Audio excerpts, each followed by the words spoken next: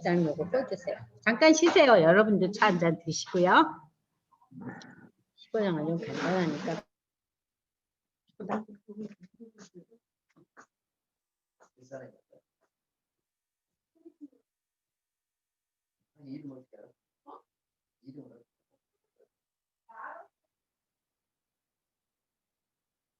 목사님이야? 여자 목사님이야? 어디 안 볼게요?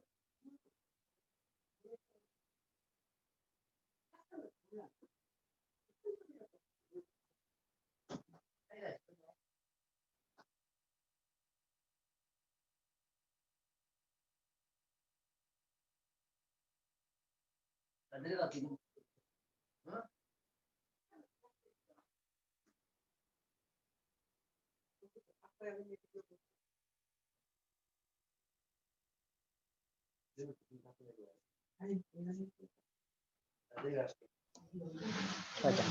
저장 계속해. 네.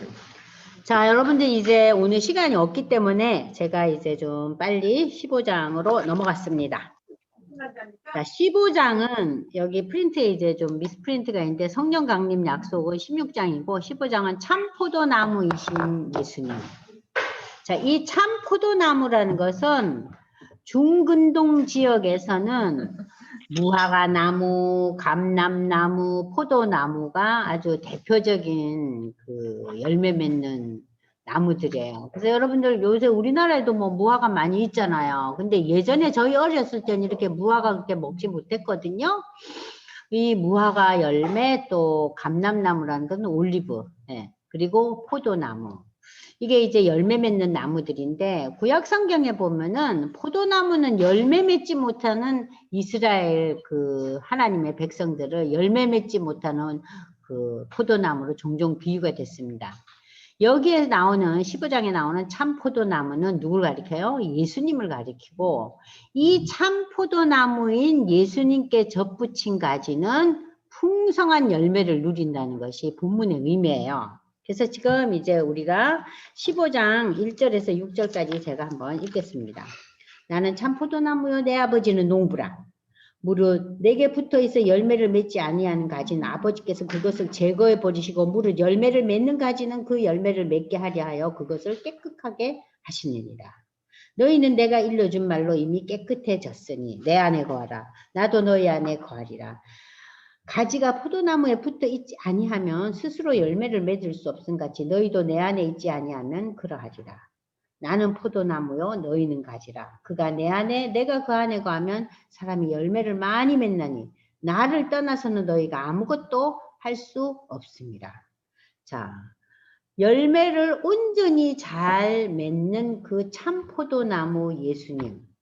그 예수님을 참 포도나무로 비유했고 하나님은 농부라 그랬어요. 자, 그런데 가지는 아버지께서 그것을 제거해 버리시고 열매를 맺지 않는 가지는 다 쳐버린다 그랬어요. 이 열매라는 것은 무엇을 말할까요? 자, 보겠습니다. 삶의 열매를 얘기하는 거죠. 인생에 어떤 인생을 살았느냐. 여기에서 우리는 야고보서 기자가 기억나죠? 너희가 행치 않는 믿음은 헛된 믿음이다. 기억나잖아요. 여기서 열매 맺는 것을 바울 사도는 성령의 열매로 설명했다고 제가 조금 전에 얘기 드렸죠. 자, 그런데 깨끗하게 했다. 그러니까 성령의 열매 맺는 하나님의 말씀에 대한 반응이 더욱더 깊어지고 우리의 삶이 달라지는 이 열매 맺는 가지는 깨끗하게 하신다. 하나님께서 깨끗하게 하신데 여기서 이미 깨끗해졌다는 이 얘기는 뭐냐면은 그 완전히 깨끗해졌다는 얘기는 아니에요. 우리 인생은 사는 동안 성화를 향해서 다름질을 쳐가는 것이지 이 성화가 완성된 것은 하나님 나라에 갔을 때 완성돼요. 그래서 제가 하나님 나라에 하나님 나라에 갔을 때 우리가 정말 사랑의 공동체, 찬양만 넘치는 공동체라고 얘기 드렸잖아요. 그죠? 그래서 믿음, 소망, 사랑 중에 제일이 뭐라 그래요? 사랑. 사랑은 완성된 거니까. 믿음과 소망은 믿는 자들의 삶의 과정이에요. 믿음의 고백이 있기 때문에 우리가 뭐가 있어요? 소망이 있어요. 미래에 대한 소망이 있어요. 그러나 아직도 우리의 삶은 사랑의 진행형이지 완성은 아닌 거잖아요. 자, 그래서 여기서 깨끗해졌다는 것은 예수님께서 우리의 죄에 대한 용서함이죠. 죄를 씻어줬어요. 주홍같이 붉은 죄라 그랬잖아요. 그 붉은 죄가 깨끗함을 받은 거예요. 그러나 우리는 여전히 매일매일의 삶 속에서 죄에 노출되어 있죠. 그죠? 때로는 뭐 순식간에 거짓말도 잘하고 때로는 순식간에 딱 잡아채고 그잖아요. 우리 인생들이. 그러니까 우리가 살면서 내가 완벽하고 완전한 존재가 아니라는 것은 너무 인정하고 인식해요. 그죠? 근데 그것을 믿음이 없는 자들은 그것을 구태여 표출을 안 할 뿐이에요. 표출 안 하다 보니까 무엇이 생겨요? 염려, 근심이 생기는 거예요. 자신의 그 온전치 못함을 인정하지 않기 때문에 마음에 뭐가 있어요? 인간에게는 하나님이 양심을 주셨잖아요. 그러니까 우리가 찝찝한 거예요. 내가 사실은 이런 존재 아닌데 저 우리 아들이 나를 몰라, 우리 남편이 나를 몰라, 친구가 나를 몰라. 내가 그럴듯해 보이지만 얼마나 희한한 존재인데. 그런 마음이 들 때마다 우리의 마음이 뭐가 가득 차요? 염려와 근심이 불일 듯 일어나는 거예요. 불안해지고. 자, 그래서 우리는 이미 깨끗해졌다는 것은 예수의 공로로 인해서 죄 용서함 받았다는 의미입니다. 그래서 이걸 가르쳐서 바울은 뭐라 그러죠? 죄인에서 의인이 됐다 그러죠. 그래서 로마서는 이걸 가르쳐서 칭의라 그러잖아요. 그죠? 칭의.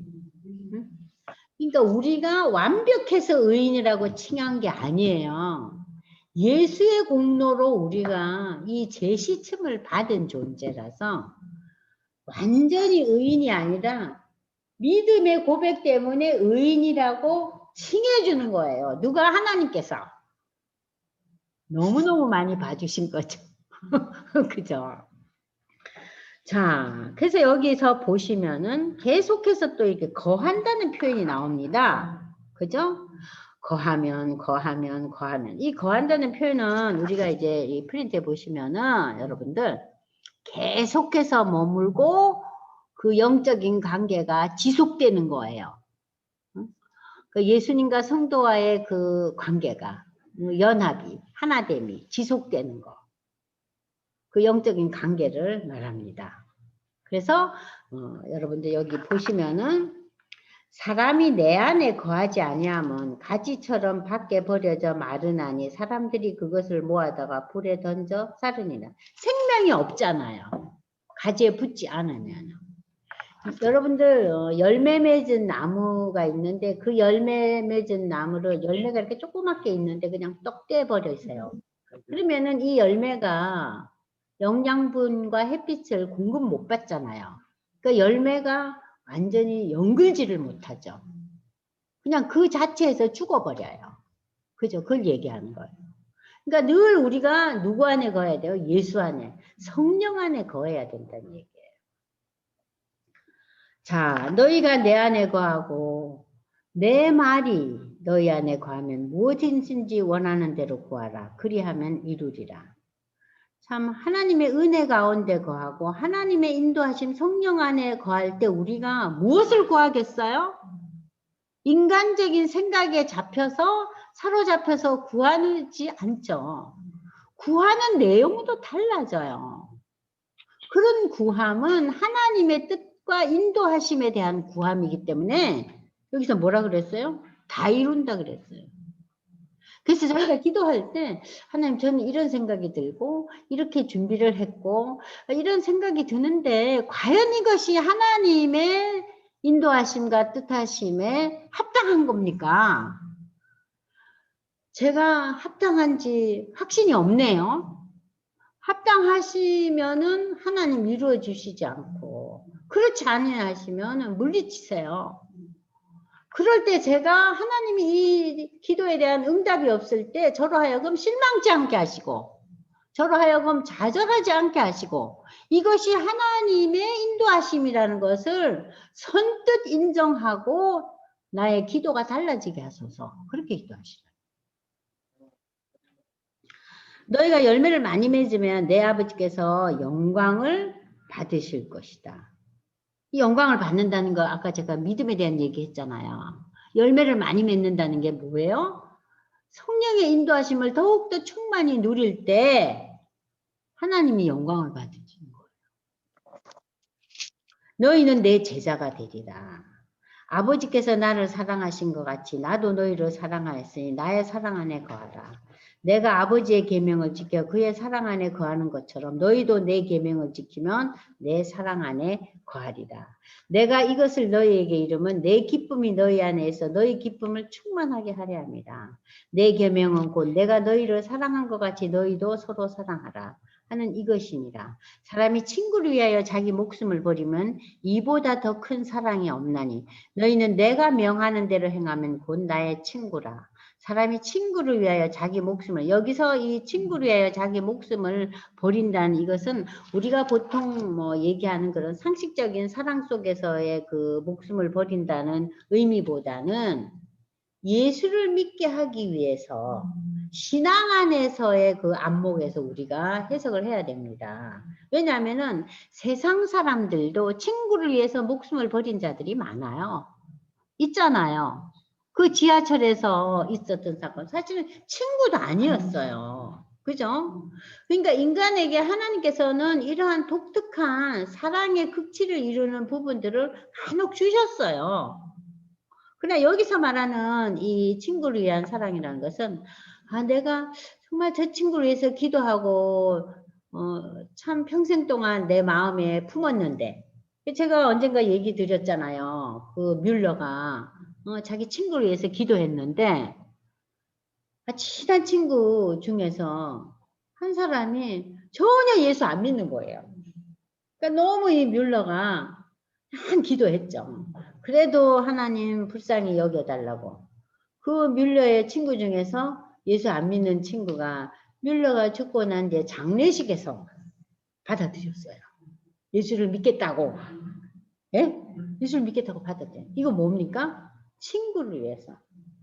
자기가 죽기까지 이렇게 기도하고 애썼어요. 그러니까 그만큼 노력하라는 거죠. 그죠? 무엇을 위해서?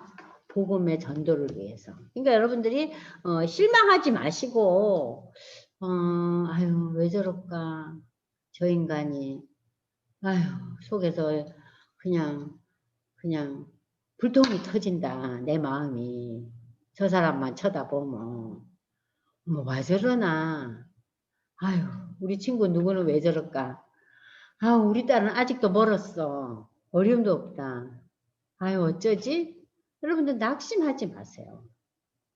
그래도 내가 이 세상 사는 동안 마지막 순간까지 기도하면서 그들의 신앙의 결실이 맺히기를 소망하면서 기도하시라고요. 결국 돌아와요. 제가 지가 뭔데 안 올 거야. 하나님께 기도했는데. 그리고 이것이 우리의 기도가 욕심의 기도가 아니잖아요. 욕망의 기도의 그 내용이 아니잖아요. 여러분들이 정말 낙담하지 말고 기도하는 거. 낙담치 말고 기도하셔야 됩니다. 자, 이제부터 너희를 종이라 하지 않겠다 그랬어요. 자, 구약에 보면 이스라엘 백성을 하나님이 종이라 그랬잖아요. 모세를 보게도 종이라 그랬잖아요. 그죠? 종이라 하지 아니하리니 종은 주인이 하는 것을 알지 못하고 너희를 친구로 하였노니 내가 아버지께 들은 것을 다 너희에게 알게 하리라.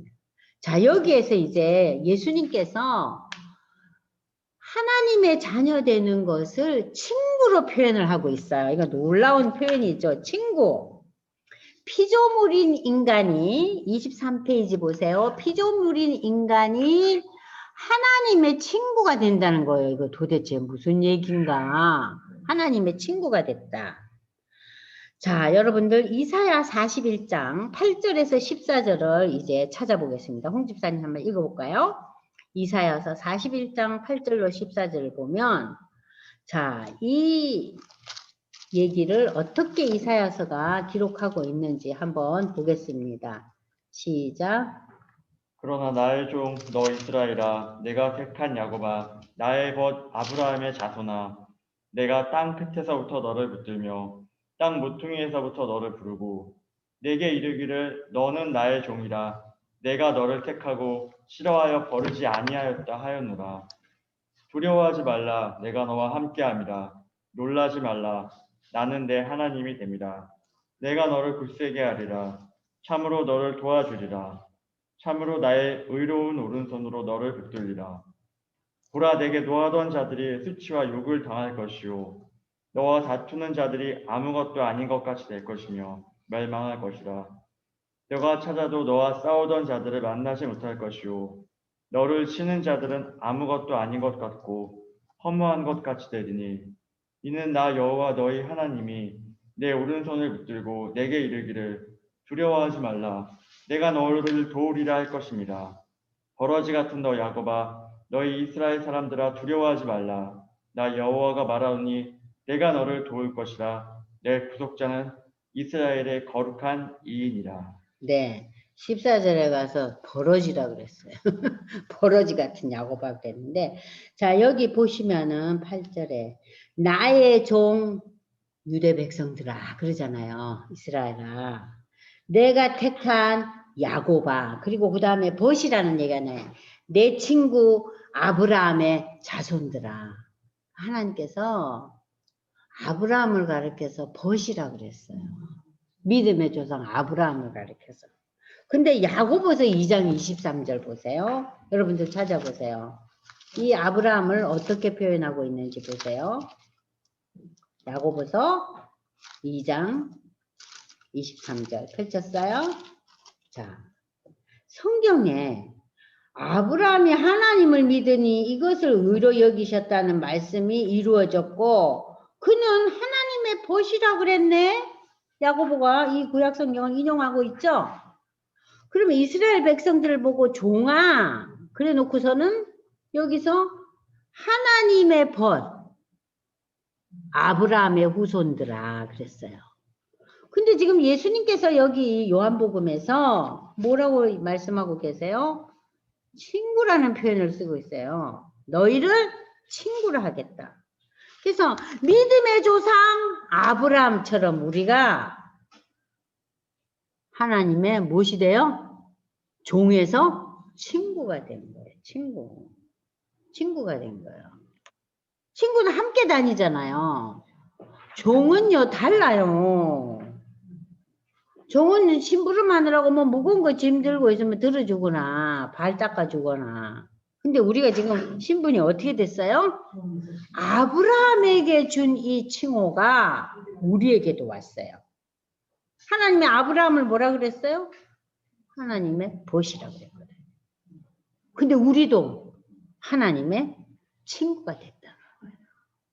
그러니까 하나님의 아들, 하나님의 친구, 완전히 새로운 피조물이 된 거죠, 우리가. 새로운 피조물. 하나님의 친구야, 하나님의 친구. 그렇다고 너무 철없이 굴면 안 되겠죠? 그러면은 친구 관계가 깨져요. 그죠? 자, 다시 보겠습니다. 하나님의 친구가 된다. 그 다음에 16절에 너희가 나를 택한 것이 아니고 내가 너희를 택했다 그랬어요. 그것이 은혜죠. 그죠? 하나님이 나를 택했어요. 내가 이제 하나님한테 갈게요. 이제 내가 딴 거 냅두고 하나님께 갈게요 하는 것이 하나님이 나를 택했기 때문에 내가 그 경지에 오른 거예요.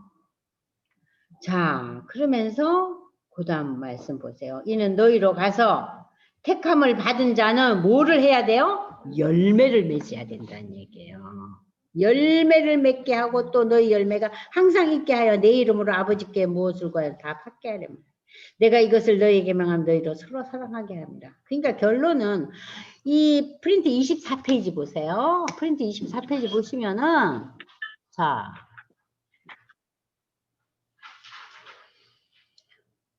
하나님의 선택은 구원이에요. 은혜죠? 죄악 세상에서 우리를 불러내시고 하나님 자녀 삼아 주셨어요. 내가 신앙 고백한 그 믿음의 고백 때문에 우리를 구원해 주시고 영생을 누리게 하십니다. 그러면 이 구원의 행위, 하나님 백성 삼으시는 것은 이건 하나님이 하신 일이죠. 그죠? 하나님의 일방적인 역사죠. 그러나 이 뒤에 우리가 열매를 맺게 하는 것은 뭡니까? 믿는 자로서의 열매 맺는 삶이라는 것은 그리스도인의 의무요 책임이라는 얘기예요. 하나님의 선택, 하나님의 부르심은 하나님이 하신 일이지만 성령으로 우리가 이제 예수 믿게 됐으면 성령의 인도함 받음으로써 성화되어 가는 과정은 내가 결단하고 내가 책임지고 내가 믿는 자로서의 이게 당연히 할 일이다. 의무다. 하나님께서 나에게 이런 성령의 은사를 주셨다. 의무와 책임이잖아요. 이 두 가지를 여러분들이 구별하실 수 있겠죠? 선택은 하나님의 은혜지만 우리의 성화의 삶은 성령의 인도하심을 받으면서도 성령님은 저쪽으로 좀 가 계셔요. 저는 오늘 이렇게 세상의 이치와 세상의 기준을 더 제가 받아야지 이 사업에, 이 비즈니스에 제가 이가 좀 높을 것 같네요. 우리 쉽게 그러잖아요. 그죠? 그것은 그리스도인으로서의 책임과 의무를 외면하는 거라는 거죠. 이해되시죠? 네. 그러니까 내가 너희를 택했지만 너희는 의무와 책임으로 뭘 맞으라고요? 성령의 열매를 맺거라. 그럼 내가 네가 원하는 거 다 들어줄게. 이 얘기예요. 아시겠죠? 이 본문이요. 자, 너희가 나를 택한 것이 아니고 내가 너희를 택하여 세웠나니 이는 너희로 가서 신앙의 아름다운 결실, 성령의 열매를 맺게 하고 그 열매가 네 삶 속에서 늘 충만하게 이루어지기를 구한다. 그러면 내 이름으로 아버지께 무엇을 구하든지 예수의 이름으로 기도할 때 내가 다 이루어주겠다는 얘기예요. 내가 이것을 너희에게 명령하는 것은 너희로 서로 사랑하여. 그러니까 이 결실의 열매가 결국은 완성이 뭐예요? 사랑이라는 거예요. 그래서 이 열매라는 것은 사랑으로 결실이 이루어진다는 거예요. 그러니까 사랑이 없으면은 이 결실이 뭔가 이렇게 밸런스가 깨지겠죠. 그죠? 밸런스가 깨지잖아요. 아유, 어쩌겠나. 내 자식인데, 아유, 할 수 없지. 저도 개인적으로 무슨 사랑이라는 개념으로 자식을 키우지를 않았어요. 아니, 내가 낳았으니 뭐 어쩌겠어, 저걸. 어떻게든지 바로 세워줘야지. 근데 거기에 그 어머니들이 그 사랑의 마음이 풍성하게 담겨 있다면 자녀들에게 얼마나 많은 감동과 그들의 삶의 변화를 일으켰을 거예요. 그러니까 저도 그거를 굉장히 지금 돌아볼 때 너무 사랑이 부족했던 거예요. 사랑이 아니고 그거는 집착과 애착이죠. 내가 만들어 놓은 기준과 내가 만들어 놓은 그 가치 기준, 세상과 이렇게 비교해 볼 때, 아, 이거 아닌데 제가 왜 저래? 딴 길 가네. 하나님이 지금 여기 예수님을 통해서 주신 그 사랑에 그러한 의미의 사랑을 하지 못했죠. 그래서 제가 요즘, 아유, 그냥 힘들고 어려운 일 있던 게 마땅하다. 내가 그런 사랑을 못 줬는데 어찌 그게 잘 열매가 맺혔겠나. 고난이 오는 게 당연한 거지. 고난이 없었으면 모든 것이 일사천리로 펼쳐져 봤어요. 더욱더 사랑을 모르고 더욱더 자기 주장과 세상적인 그 욕심과 애착에 더욱더 결실을 맺었겠죠. 그렇지 않아요, 여러분들? 자, 그 다음 읽겠습니다. 세상이 너희를 미워하면 너희보다 먼저 나를 미워하라. 세상에 너희의 그 신앙적인 관점과 태도에 대해서 아우 짜증나. 그것은 너를 미워하는 것이 아니고 누굴 미워해요? 하나님을. 나를. 너희가 세상에 속하면 세상이 자기의 것을 사랑하는 것이나 너희는 세상에 속한 자가 아니요 도리어 내가 너희를 세상에서 택해서 세상으로부터 나오게 했으니까 세상이 너희를 미워하는 것은 너무 당연하다는 거예요. 그거에 너희가 너무 신경 꼰두 세우지 말라는 거예요. 내가 너희에게 종이 주인보다 더 크지 못한다는 말을 기억하라. 사람들이 나를 박해하였은즉 너희도 박해할 것이요 내 말을 지켰은즉 너희 말들이라. 그러니까는 세상을 에서 너희를 끌어내 왔으니까 세상이 너희를 미워하는 건 너무 당연하다. 그래서 세상 사람들이 미워할 뿐만 아니라 과일청 뭐 한다고요? 박해한다는 거예요. 박해라는 것은 괴롭히고 고통을 끊임없이 주는 거예요. 괴롭힘, 고통. 이게 계속해서 이루어지는 거예요. 그래서 어떤 의미에서는 이러한 세상의 그 고통과 세상이 주는 그 괴롭힘이 우리 성도가 진정으로 예수와 연합하고 있는가를 측정할 수 있는 지표가 될 수 있다는 거죠. 그러니까 그런 어려움이 왔을 때, 아, 내가 예수를 믿어서 이래서는 안 되겠다. 그럴 때 상대방의 태도와 또 내 마음 한구석으로 내가 이러면 너무 손해를 보는데, 내가 너무 이러지 말아야 되는데, 이러면 내가, 아이, 참, 안 되겠는데, 너무, 이거는 아닌데, 하고 기우뚱하게 되잖아요. 응? 출세 과도에 놓여 있는 사람이. 난 그렇게까지는 못하겠네. 할 때 갈등이 오잖아요. 자, 그것도 일종의 나를 어떻게 합니까? 괴롭히고 힘들게 하는 박해예요. 박해라는 것이 예수 믿는다고 해서 그야말로 직장에서 쫓겨남을 당하고 예수 믿는다고 해서 로마 시대처럼 사자의 밥이 되고 그것만 박해가 아니에요. 어떠한 고난과 고통과 괴롭힘도 다 박해라고 할 수 있어요. 응? 그러나 너희가 내 말을 지켰은즉 너희도 내 말을 너희 말도 지킬 것이라. 자, 여기 보시면은 그러나 사람들이 내 이름으로 말미암아 이 모든 일을 너희에게 하리니 이는 나를 보내신 일이 알지 못하니라. 예수를 알지 못하고 하나님을 인정하지 않고 십자가의 사건이 믿음의 사건이 아니고 믿지 않는 자에게 십자가의 사건은 어리석다 그랬잖아요. 미련한 일이라 그랬어요. 그죠? 고린도전서에서 바울이 그러잖아요. 십자가의 도가 믿지 않는 자에게는 미련한 일이라 그랬어요. 미련한 일이에요. 응?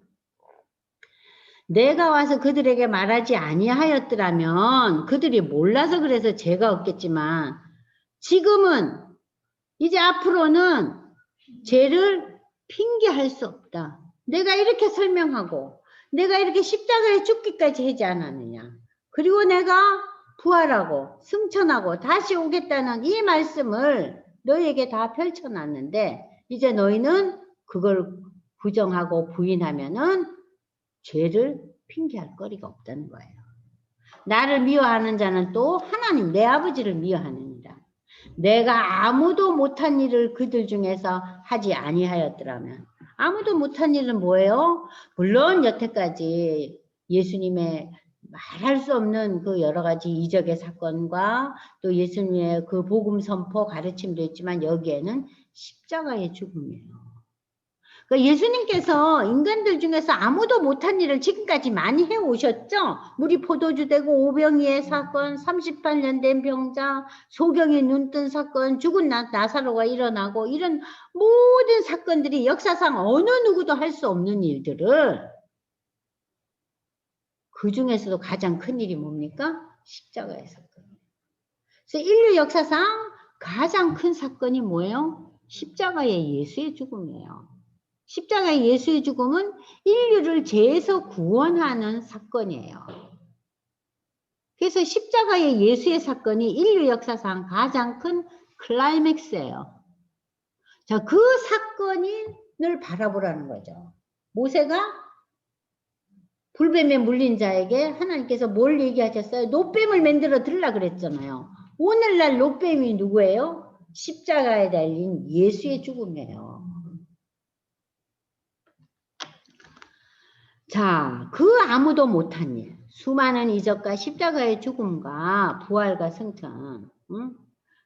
그들 중에서 하지 않으면 그들에게 죄가 없지만 지금은 그들이 나와 내 아버지를 보았고 또 미워하였도다. 그러나 이는 그들의 율법에 기록된 바, 율법에 옛날에 무슨 얘기가 있습니까? 다윗이 그 시편에 보면은 사울로부터 엄청나게 10년 이상을 유리방황했잖아요.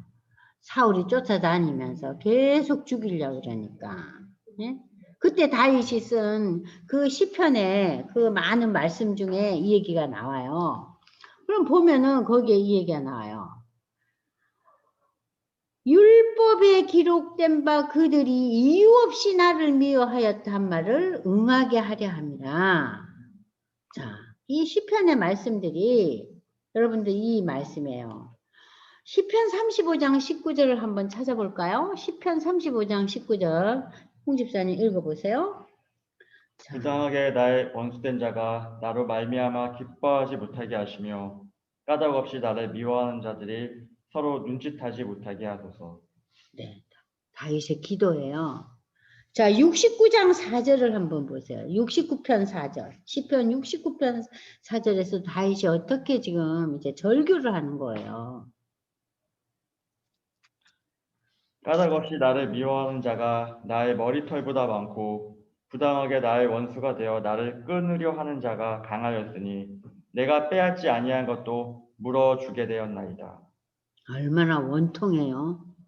내가 가로챈 것도 아닌데 그것까지 다 물어줄 판이니.